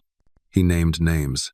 He explained how Julia had uncovered the corruption first, how she was silenced by intimidation, and possibly worse. He exposed the network, Redmond Solutions, their shell organizations, the bribes, the manipulation of regulatory boards, the cover-ups. He didn't cry, though Maya could see when it nearly broke him. He ended with this. If something happens to me, remember my wife's name, Julia Reed. She saw the rot in a room full of polished floors. She chose truth. I will too. No. Then he clicked stop. Maya let the silence hang. Send it, she said. He nodded and uploaded the file. Within the hour, the video spread. Independent outlets posted it first, then a few mid-tier publications. Then it hit a national feed. And within minutes of that, the phone rang. Not Thomas's phone, Maya's. She stared at the screen. Unknown caller. She hesitated, then answered. Maya Williams, the voice said. Male, calm, measured. Yes? You need to leave that cabin. May. Her stomach clenched. Who is this? Someone who owes Julia a debt. She was close to the truth, closer than she knew, but she left threads loose. Maya turned away from Lucas, walking into the hallway. What kind of threads? There's one more document, not digital. A physical copy, hidden in a storage facility registered under Julia's maiden name. Why are you telling me this? Because they're coming. The statement went public. Reed embarrassed powerful men. That never ends quietly. Maistin. The line clicked dead. Maya lowered the phone, heart hammering. Thomas appeared in the doorway. Who was it? She told him everything. Quickly, quietly. He didn't flinch. Then we go. Tonight. Maya shook her head. We split. He frowned. What? You and Lucas go to a safe location. I'll go find that document. No. Yes, she said, stepping close. You're the public face now. You go missing. The story loses weight. But me? No one knows my name yet. I can move quieter. Oh, he searched her face. I can't ask you. You didn't. Thomas exhaled sharply. At least, take backup. I'll take Gaines, she said. He's loyal, and he owes Julia too. Lucas ran into the hallway just then, holding a drawing. Where are we going now? He asked, eyes wide. Maya knelt. You and Daddy are going to a new place, safer. And I'll meet you there in a few days. Lucas's face fell. But you always come with us. She cupped his face. This time I'm doing something important. For your mommy. He looked into her eyes. Promise you'll come back? I promise, she said, voice steady, even if I have to fly with no wings. He wrapped his arms around her neck, holding tight. That night, under cover of darkness, 2 vehicles pulled away from the cabin in different directions. In one, Thomas and Lucas, headed for a safe house guarded by federal agents. In the other, Maya and Gaines, headed into the heart of a storm. The cold in the city was different than in the mountains. It wasn't clean. It clung to Maya's coat and stung her skin like needles, carrying with it the scent of exhaust, wet pavement, and something darker, something like memory. She and Gaines moved through the underground parking structure with purpose. The city had swallowed the stars above, but Maya's mind was clear, focused. Every footstep echoed off concrete pillars, and her breath came in quiet puffs as they neared the freight elevator. You sure this is the place? Gaines asked, scanning the shadows. Yes. Julia's maiden name, Julia Hartford, was used to rent a storage unit here 5 years ago. Prepaid for 10 years. Anonymous box. Number 273. Gaines adjusted the strap on his shoulder holster, eyes sharp beneath the brim of his cap. If it's what we think it is, it won't be unguarded. I know, Maya said, but we don't leave without it. They took the elevator up 3 levels, then entered a long corridor of metal doors, each one unassuming, unremarkable. It smelled of cardboard, dust, and rusted ambition, forgotten furniture, old memories sealed in plastic bins. But this unit, it held something else. Maya found the door, 273. She pulled out the key Thomas had recovered from Julia's journal, the tiny brass one hidden behind the last page. She inserted it into the lock, heart pounding in her ears. It turned smoothly. The door creaked open. Inside, it looked like nothing special. A rolling file cabinet. A few cardboard boxes. A sealed evidence bag resting on top of a small metal table. Fluorescent lights buzzed above, casting a pale glow over it all. Maya stepped in, followed closely by Gaines. She moved straight for the file cabinet and opened the top drawer. Documents, tightly packed. Dates, names, redacted memos from the Department of Defense. But more than that, contracts.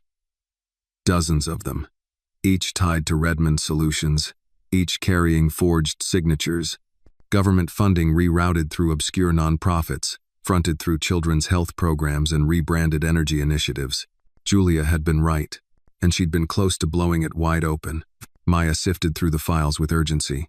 Her fingers landed on a manila folder with a name she hadn't seen before, L. Tremont. It was attached to a secret budget line, tens of millions paid to a defense contractor not listed anywhere in public records. What is it? Gaines asked. Julia traced the money all the way to a Black Ops fund. Off books. Shielded by security clearances so deep, it'd take an act of Congress to even say the name out loud. She turned to the table. The sealed bag was marked, Evidence, Do Not Destroy. Inside, a hard drive, labeled simply, Proof of Life, Jr. Maya's chest tightened. Julia Reed. She turned to Gaines. She backed up everything. Maybe even her own recordings. She was going to go public. Gaines scanned the hallway. Let's move. But just as they stepped out of the unit, they heard it. Footsteps. Then more. Soft. Coordinated. 4, maybe 5 men. No voices. Just movement. Trap, Gaines whispered, drawing his weapon. Maya grabbed the folder and stuffed the hard drive into her coat pocket. A voice echoed down the corridor. Calm. Confident. Miss Williams. Mr. Gaines. That's far enough. They turned to see a man in a black overcoat stepping into the light. Mid-40 seconds, clean cut. Eyes like slate. I assume you found what you were looking for, he said. Who are you? Maya asked, not lowering her stance.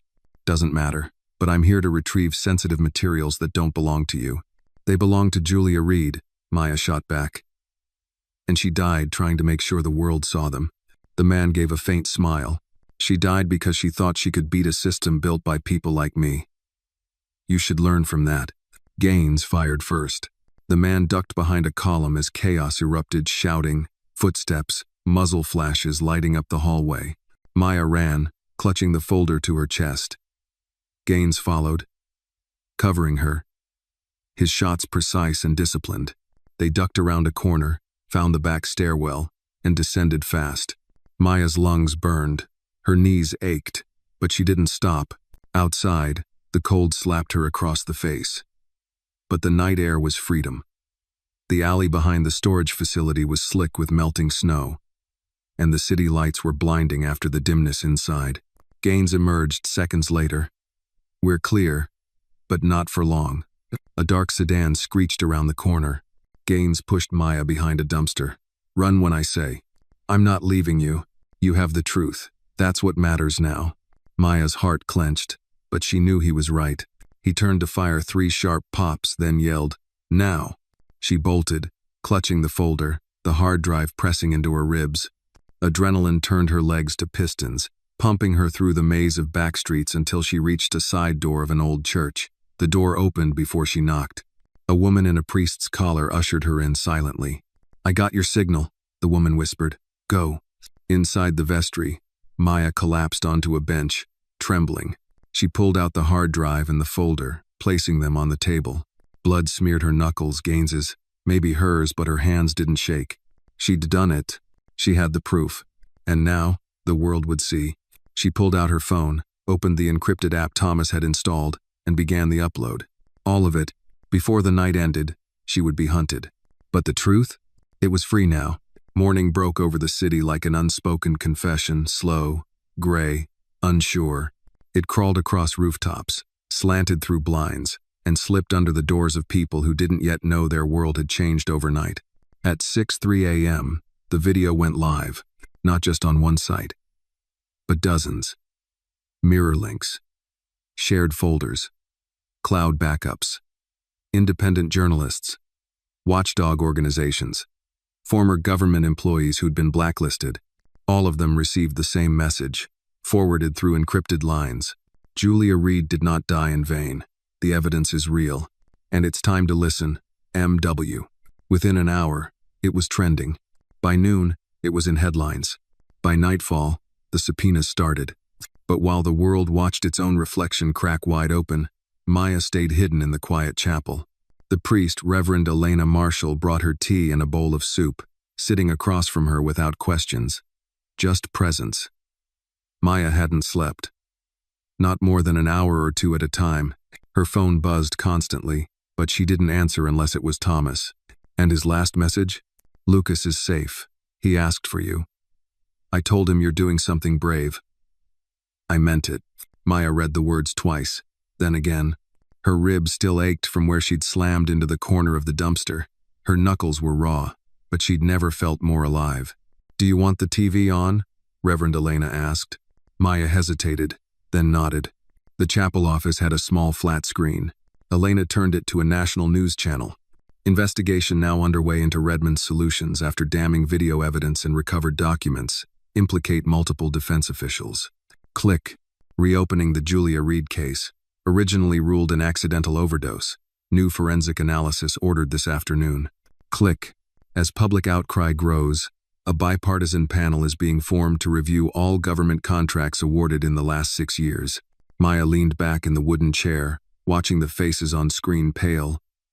Stunned, some defiant, most cornered. Power looked different under fluorescent lights. It looked scared. "They can't bury it now," Elena said gently. Maya nodded, voice hoarse. "But they'll try." "They always try," Elena replied. "But you gave the truth legs. Let it run." A soft knock came from the chapel's front door. Elena rose to answer it, cautious. A moment later, she returned with a familiar figure behind her. "Thomas." Maya stood, stunned. "What are you doing here?" "I needed to see you," he said. "And thank you." They stared at each other for a beat too long. Then he stepped forward, arms wide. She didn't hesitate. Their embrace was quiet, strong, the kind that meant we survived something no one else can ever understand. "Is Lucas?" "He's okay," Thomas whispered into her hair. "He's playing piano. Said he's making music for the sky." Maya smiled. "That sounds like him." He stepped back, his hands still resting gently on her shoulders. You did what I couldn't. You followed her into the dark. And you came out holding the sundae. Maya looked away, her voice cracking. Not all of us made it. Gaines. Thomas nodded solemnly. His sacrifice won't be forgotten. The files you recovered, they were enough. More than enough. Julia's voice is everywhere now. They sat down together, and for the next hour, Maya told him everything about the phone call, the locker, the ambush, the drive, the man in the coat, and finally, the upload. Thomas listened in silence, never interrupting. When she was done, he took her hand. There's going to be backlash, hearings, smear campaigns. I know. They'll try to break you, or buy you. She looked at him. Let them try. He smiled. You're stronger than all of them. She stood, walking to the stained glass window at the end of the hall. The morning light cut through blue and amber panes, painting colors on her face. What happens now? She asked. Thomas stepped beside her. I go public. Tell them I stand by every word. That Julia's work lives through you. Through Lucas. Maya turned to him. And me? He hesitated. That's up to you. She watched him for a long second, then said, I don't want to run anymore. Do? He reached into his coat and pulled out a small velvet box. Maya blinked. What is that? Thomas opened it slowly. Inside wasn't a ring. It was a silver locket. He handed it to her.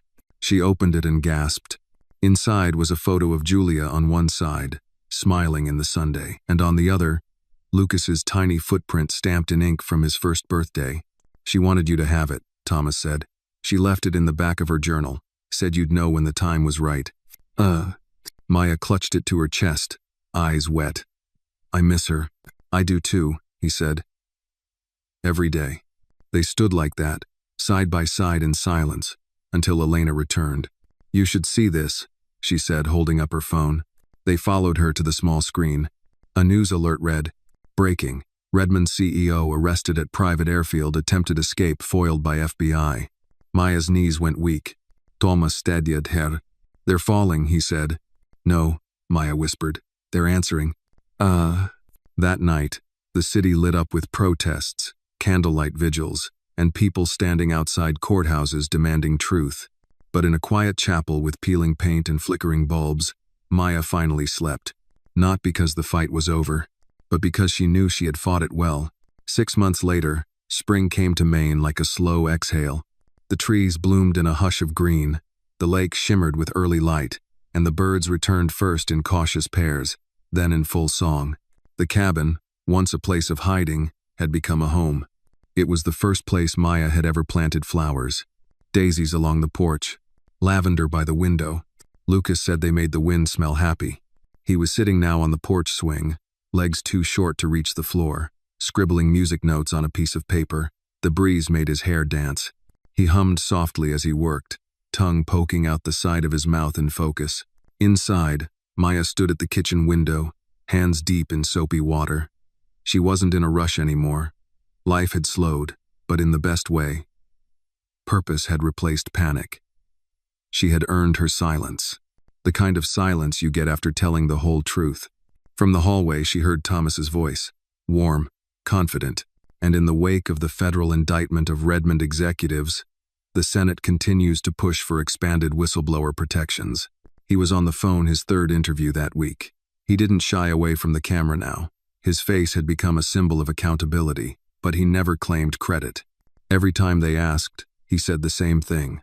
I followed the light of 2 women braver than me. One gave me a son, the other gave him a future. He never said Maya's name. He didn't need to. Those who mattered knew. Maya dried her hands and stepped outside to join Lucas. The boy looked up with a grin. Listen to this part, he said, tapping his paper. This is the moon music. She tilted her head. Moon music? Yeah. It's what I heard the night we left the cabin, when the stars were scared. Her chest tightened in that now familiar ache, grief, and wonder-sharing space. And what does it sound like? Lucas closed his eyes, hummed a single note, then another. Maya listened. She could almost hear it too. Thomas stepped onto the porch, holding 2 mugs of coffee, one for him, one for her. Anything good on the news? She asked. He sat beside her. For once, yeah. Redmond's main contractors pled guilty. More arrests coming. And get this, there's a proposal in the House named after Julia. Maya's eyes widened. Really? The Reed-Hartford Accountability Act, he said, handing her the mug. It'll mandate independent oversight on all private defense contracts. Bipartisan support. Can you believe it? She blinked. Julia would have laughed. And then cried. He nodded, watching Lucas draw swirls across the staff lines. She'd be proud. They sat in quiet for a while. The swing creaked. The birds sang. I've been thinking, Thomas said softly. Dangerous, Maya teased, sipping her coffee. He smiled. We've all been through hell. But somehow, we built something here. Not just survival, something worth waking up for. She looked at him. He looked back. And there it was. Not a proposal, not a confession, just presence, just possibility. You don't have to decide now, he said, standing. But if you ever want to stay, really stay, I'd like that. She watched him walk back inside, her heart still and loud all at once. Lucas tugged her sleeve. You gonna marry Daddy? She choked on her coffee. What? He shrugged. I like it when he smiles at you. Nah. Maya looked at the boy. He smiles at you too. Yeah, Lucas said. But it's different. Yours is softer, like music for the ground. She reached out and pulled him into her lap. You know what, Lucas? What? You're going to change the world. He nestled into her. You already did. They sat like that as the sun climbed higher. Later that evening, after dinner and laughter, and another improvised concert by Lucas, Maya stood on the back porch alone. The sky was turning that soft blue that meant peace. She wore the silver locket over her heart. Inside it, Julia's face and Lucas's footprint. Behind her, the man who had learned to listen. Beside her, a child who had learned to trust. And ahead, not war, not fear, but a future. Earned, not gifted. And at last, hers. This story reminds us that courage doesn't always roar, it often speaks in quiet choices, made in moments no one sees. Maya Williams, a woman with no title, no wealth, and no power, stood against corruption, not with weapons, but with integrity, empathy, and truth. Her resilience proves that justice isn't handed down by the powerful, it is carried forward by the brave. And sometimes, the most profound changes in the world begin when one person decides that silence is no longer an option.